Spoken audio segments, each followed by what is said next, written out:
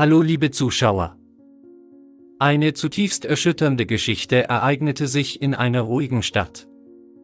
Aus dem Fenster des 9. Stockwerks wurde zusammen mit Hausrat und Gegenständen des täglichen Bedarfs ein roter Kater geworfen. Der Kater prallte auf den Boden und rannte unter Schock in einen offenen Keller. Zeugen meldeten den Vorfall dem Tierheim. Eine Freiwillige fuhr sofort zum Einsatzort und stieg in den Keller hinab. Dort entdeckte sie in einer Ecke einen Kater mit zerschmettertem Gesicht, der nur noch jämmerlich weinen konnte.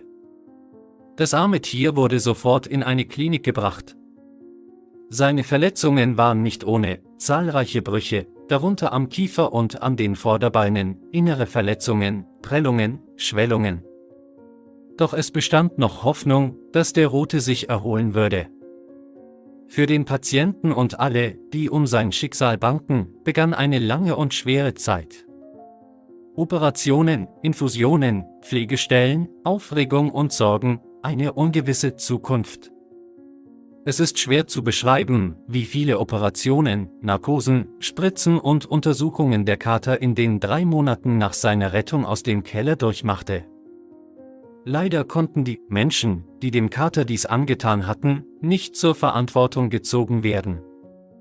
Doch dank Annas Bemühungen und den Spenden hunderter mitfühlender Menschen konnte das Leben eines gewöhnlichen roten Katers gerettet werden, der viel Leid ertragen musste, bevor er sein Glück fand. Ein älteres Ehepaar nahm ihn bei sich auf. Er hielt in seinem neuen Zuhause den Namen Shakespeare und machte es sich auf seinem weichen Körbchen gemütlich, wo er sofort einschlief. Wenn man diesen roten Kater heute sieht, kann man sich kaum vorstellen, was er durchgemacht und was er ertragen musste. Shakespeare ist ein gesunder und wohlgenährter Wehrkater, aktiv und neugierig.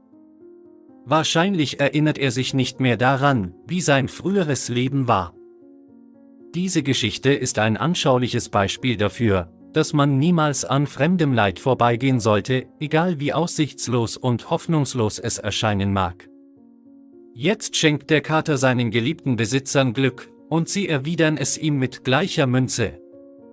Freunde, unterstütze meinen kleinen Kanal mit einem Gefällt mir und einem Abonnement.